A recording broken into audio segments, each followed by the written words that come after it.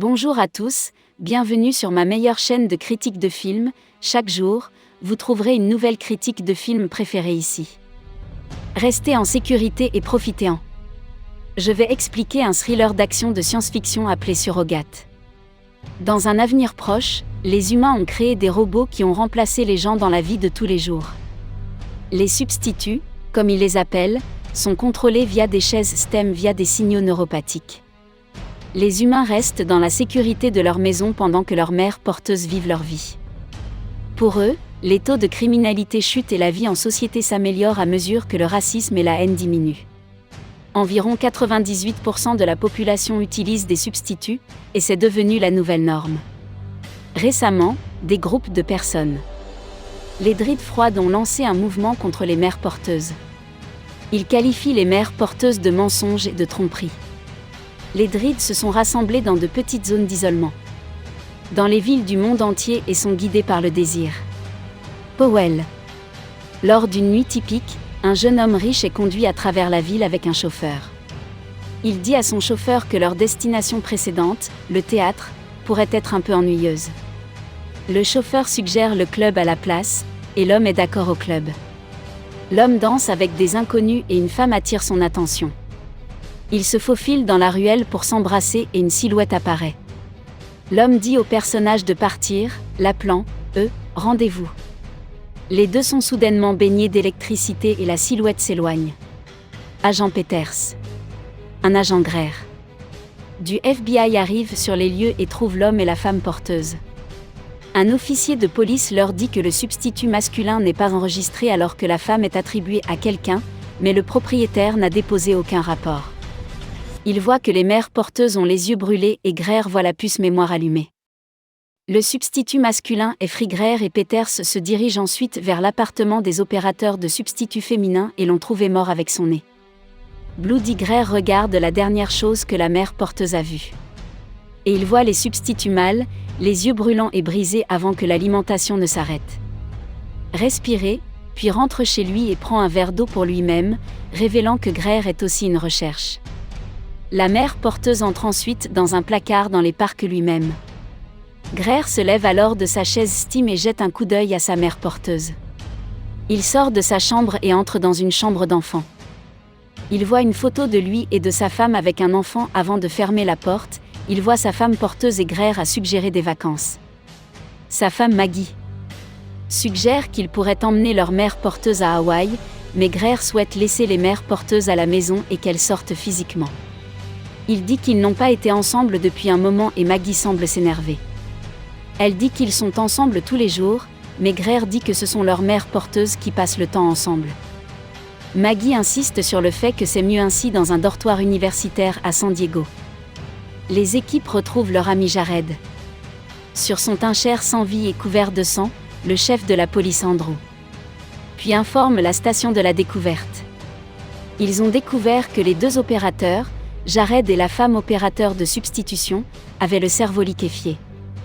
Il semble que ce qui soit arrivé à leur mère porteuse les ait tués.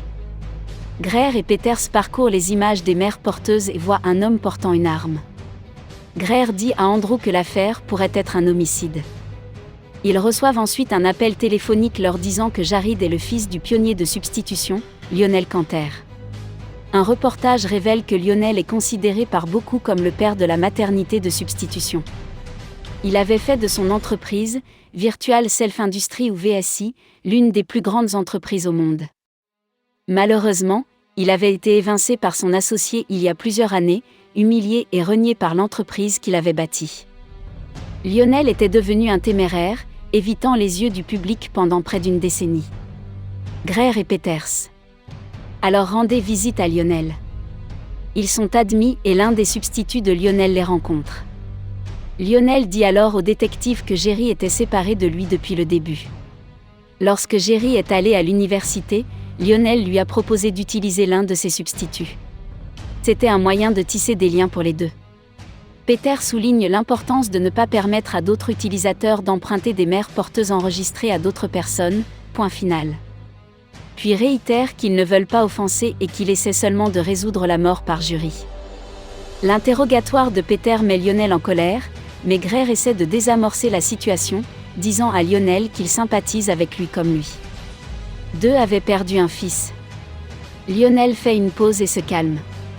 Greer demande si Lionel connaît quelqu'un qui voudrait se faire du mal ou injurie. Lionel se rend compte que la cible de l'assassinat était lui et non un jury. L'assassin ne savait pas que la personne utilisant la mère porteuse de Lionel était en colère. En réalisant cela, Lionel se déconnecte de la mère porteuse. Lionel est assis en train de pleurer dans sa teinchère sachant qu'il a causé par inadvertance la mort de son fils. Greer et Peters se rendent ensuite à VSI et rencontrent des représentants. Greer demande s'ils connaissent des cas impliquant comme sur-tête d'Hogarth explosant dans la mort de l'opérateur de substitution. Les représentants deviennent défensifs et s'assurent qu'il existe des dispositifs de sécurité intégrés pour se protéger de tels accidents. Ils se dirigent ensuite vers l'étage d'ingénierie et rencontrent l'un des ingénieurs.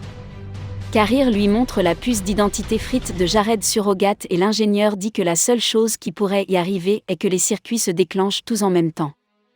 L'ingénieur leur dit également qu'un camion de substitut est venu de l'armée avec des optiques et des puces d'identité manquantes. Greer et Peters se dirigent ensuite vers un camp militaire et regardent des soldats de substitution sur le champ de bataille mener une guerre. Une mère porteuse se fait tirer dessus. Est détruit, et l'opérateur revient tout de suite avec une autre mère porteuse. Le colonel militaire leur assure que toute arme utilisée sur une mère porteuse n'affecterait pas l'opérateur de la mère porteuse. Il mentionne également que l'armée retire généralement les cartes mères et les optiques des substituts pour analyse à la station. Peters identifie l'homme tenant l'arme à partir de la séquence vidéo comme des miles d'utilisateurs non substituts. Il se dirige ensuite vers le service de surveillance où un technicien non substitut, Bobby, dit que les kilomètres ont été trouvés. Greer se dirige vers l'équipe de poursuite tandis que Peter reste avec Bobby pour surveiller les allées et venues de Miles. Bobby dit alors à Peters qu'il était facile de trouver des kilomètres puisqu'ils ont accès à tous les flux de substitution de la ville. Une alarme se déclenche et Bobby voit un homme faire du mal à une femme qui l'appelle. Et demander l'arrêt immédiat de l'agresseur. La mère porteuse Bobby reçoit le mandat de déconnexion et arrête immédiatement les mères porteuses. Peter est choqué car elle ne savait pas que les mères porteuses pouvaient être fermées à distance en cas de question. La légalité des procédures Bobby dit qu'il s'agit d'un tout nouveau logiciel et écarte l'inquiétude de Peter car la police est la bonne. Peters, cependant, est plus préoccupé par le fait que le logiciel se trompe. Miles conduit sa moto dans les rues, avec des voitures de police à proximité. Il fait une embardée dans la circulation, esquivant de justesse les voitures venant en sens inverse. Greer suit la poursuite en hélicoptère. Miles s'écrase alors dans une ruelle et se retrouve coincé. La police l'envahit et Miles sort une arme, et les officiers poursuivants sont bombardés d'une vague d'électricité. Les policiers substituent, tous convulsés, et leurs yeux sortent. Ils dirigent ensuite l'appareil vers l'hélicoptère. Greer tombe à plat et se déconnecte de la mère porteuse aussi rapidement que. Le pilote est-il moins chanceux et l'hélicoptère commence-t-il à devenir incontrôlable ? Miles se heurte à une colonie redoutable et l'hélicoptère commence également à dériver vers elle. Greer retourne dans sa mère porteuse pour s'écraser dans la zone d'isolement de Dredd. Greer émerge de l'épave et commence à courir après des kilomètres. Les habitants redoutés sont en colère, voyant qu'une mère porteuse est entrée dans la zone et commence à courir après Greer et Miles. Courez à travers les bidonvilles en vous frayant un chemin à travers des caravanes. Miles essaie de lancer l'arme, mais elle est actuellement désactivée. Greer saute par-dessus les remorques et les grimpe avec celle-ci jusqu'à ce qu'il parcourt des kilomètres. Greer demande des kilomètres pour lui donner l'arme, et Miles s'exécute, remettant à Greer un sac avant que Greer ne puisse ouvrir le sac. Il est emporté par un coup de fusil de chasse. Miles récupère l'arme et une femme tire sur Greer, le traitant d'abomination. Greer quitte sa mère porteuse et trébuche hors de sa chaise à tige. Il rampe sur le sol en appelant Maggie. Elle découvre rapidement Greer et appelle et. Miles se réveille plus tard et voit le profit. Powell et ses hommes saccagent sa maison à la recherche de l'arme. Powell demande d'où vient l'arme et Miles avoue qu'il n'a jamais découvert qui c'était. Ils n'ont gardé le contact que via des téléphones portables jetables et il n'a été payé que pour utiliser l'arme. Un reportage indique plus tard que Powell considère l'hélicoptère écrasé comme une attaque dans la maison des Dread et déclare une révolution contre les utilisateurs de substitution. Greer se réveille à l'hôpital et Andrew lui dit qu'il a été suspendu. Andrew dit qu'il s'occuperait de l'affaire personnellement et conseille à Greer de se reposer. Furieux de la décision du bureau, Greer s'évade de l'hôpital. Il craint que le bureau ne partage pas son inquiétude concernant l'arme des Miles. Peters le rencontre ensuite et il commence à retourner à la gare alors que Greer marche, il devient étourdi et désorienté. Peter dit que c'est un être efficace dans la mer porteuse depuis trop longtemps.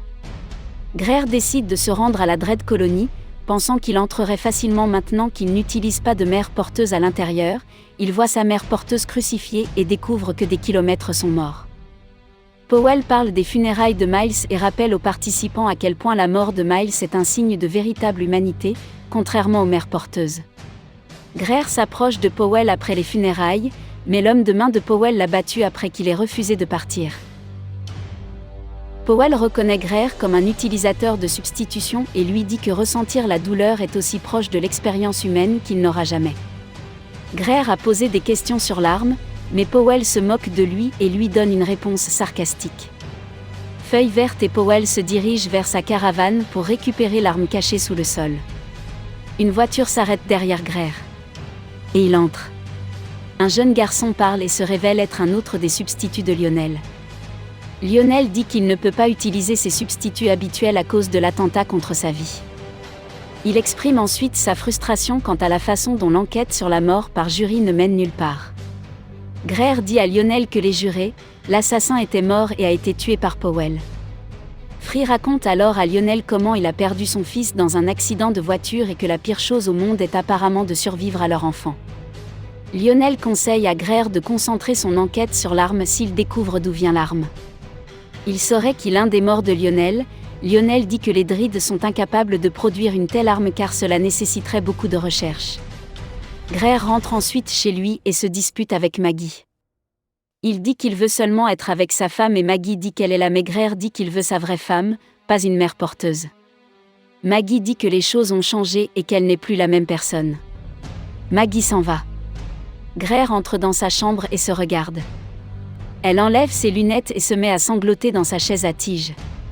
Greer retourne à la station et trouve des informations sur le fait que VSI passe un contrat d'armement avec l'armée. Le contrat, cependant, est rapidement résilié, mais la raison est classée plus tard dans la nuit, une mère porteuse fait irruption dans la maison de Peters. Il regarde à travers les enregistrements de ce que Peters a vu et apprend sur Bobby et la police, sa capacité à puiser dans toutes les mères porteuses. La mère porteuse tire ensuite plusieurs fois sur Peter endormi. Il prend ensuite Peter Surrogate et l'implante avec un opérateur à distance à la station Peter Surrogate prend vie. Greer rencontre le colonel militaire le lendemain et montre une photo de l'arme. Le noyau avoue qu'il connaît l'existence des armes. Et explique qu'il s'agit d'un dispositif de surcharge créé par VC pour l'armée. Il a été initialement conçu pour entraîner la mort des opérateurs après la période de test. Tous les prototypes auraient été détruits. Greer dit alors au noyau que les Dread avaient l'arme. Le noyau se précipite alors et dit à Greer que l'armée se chargera de récupérer les armes. Dans la zone Dread, Powell remet l'arme à son homme de main et leur demande de l'apporter à Peters au poste de police. Pendant ce temps, Greer se rend au Maggie Salon et lui parle de ce qui s'est passé la nuit précédente. Maggie est surprise de voir Greer et semble ne pas vouloir discuter de ce qui s'est passé la nuit précédente.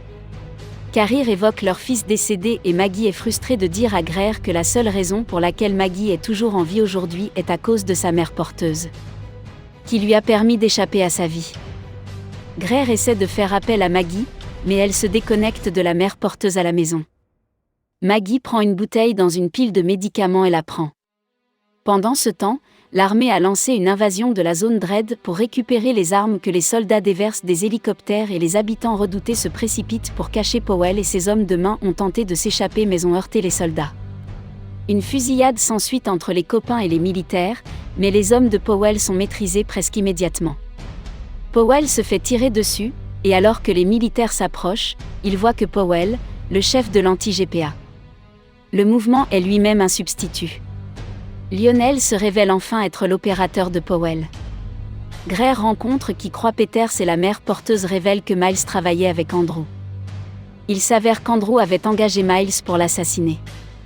La carrière finale se dirige ensuite vers la station pour confronter Andrew à propos de ce qu'il avait trouvé.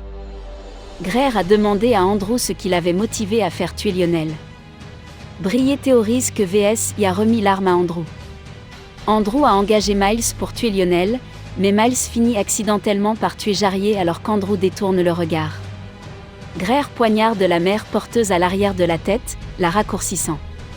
Il pirate ensuite Andrew Computer et télécharge tout ce qui avait un rapport avec le VSI et les Miles. Il rencontre ensuite Peter Surrogatte et ils conduisent. D'après les dossiers, Greer suppose que Lionel finance le mouvement anti-GPA. Inconscient de la possibilité que Lionel ait pu commencer la période de mouvement, trouve alors les codes nécessaires pour activer l'arme. Peter s'appelle alors la station, leur indiquant où se trouve Greer.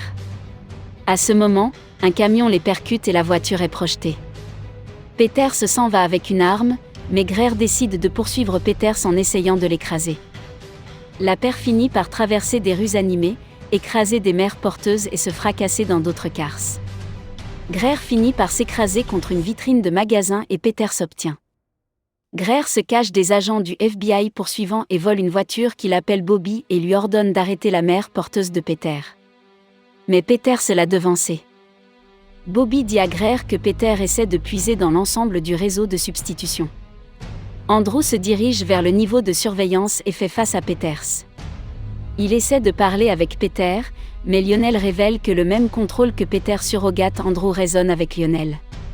Dire que les mères porteuses sont le cadeau de Lionel au monde et maintenant Lionel veut détruire. VS Je n'avais pas d'autre choix que de faire tuer Lionel, car détruire les substituts ferait reculer l'humanité. Lionel dit alors qu'il veut seulement que les gens vivent comme des êtres humains. Il tire ensuite avec l'arme sur Andrew, tirant sur son ordinateur de substitution et le détruisant, se vengeant enfin de la mort de Jerry. Greer arrive chez Lionel et s'avance pour parler avec un vrai Lionel. Il se ferait alors un chemin en essayant de retrouver Lionel. Pendant ce temps, Peter Surrogatte lance un téléchargement de virus dans toutes les mères porteuses, dans l'intention de tuer tous ceux qui utilisent des mères porteuses. Greer trouve une porte cachée et y pénètre, définit la chambre Lionel dans la chambre, il trouve de nombreux substituts, y compris Powell que l'homme qui a tué Peters. Greer trouve alors Lionel assis dans un fauteuil roulant pointant du doigt. Pistolet sur lui. Lionel a demandé si Greer pouvait sentir son pouls accélérer et sa transpiration, lui demandant si l'être humain lui manquait. Il dit que plus personne ne sait ce que c'est que d'être humain, alors c'est lui qui éliminera les mères porteuses. Il soutient que les personnes à l'intérieur des mères porteuses sont déjà mortes, alors il rendra service à l'humanité en les tuant toutes. Il pense que la maternité de substitution est une humanité, une perversion et une dépendance malade. Un avertissement sonne que le virus. Le téléchargement est terminé. Maintenant que son testament est accompli, Lionel avale une pilule de cyanure, se suicidant. Greer enlève ensuite Lionel de la chaise à tige et se connecte à Peter Surrogatte. Il a demandé à Bobby comment il pouvait arrêter le virus avant qu'il ne se transmette, et Bobby lui en parle avec moins d'une seconde.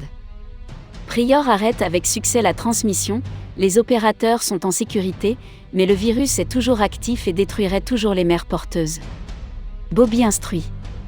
Carrière comment empêcher les substituts d'être détruits pendant qu'une équipe d'agents pénètre dans l'installation. Alors que Greer est sur le point de confirmer la fin du virus, il fait une pause et décide à la place d'autoriser l'envoi du virus à des substituts au moment où Greer appuie sur le bouton et que l'agent tire sur Peter Surrogatte. Au fur et à mesure que le virus s'active, toutes les mères porteuses transforment soudainement les rues et les bâtiments sans vie s'empilent de mères porteuses désactivées. Greer sort pour voir que le virus a réussi à désactiver tous les substituts. Les gens commencent à quitter leurs maisons étourdis et confus, certains sortant de chez eux pour la première fois depuis un certain temps. Greer rentre chez lui et voit enfin sa femme debout près de la fenêtre. Maggie touche le visage de Greer et les deux s'embrassent. Des articles de presse indiquent plus tard que les substituts du monde entier ont été désactivés, mais aucun rapport de pertes humaines n'a été répertorié. L'humanité retombe maintenant dans le monde, incertaine de ce qui l'attend. Abonnez-vous pour en regarder plus. Des vidéos comme celle-ci, activez les notifications et nivelez comme si cela aidait vraiment la chaîne. Merci d'avoir regardé.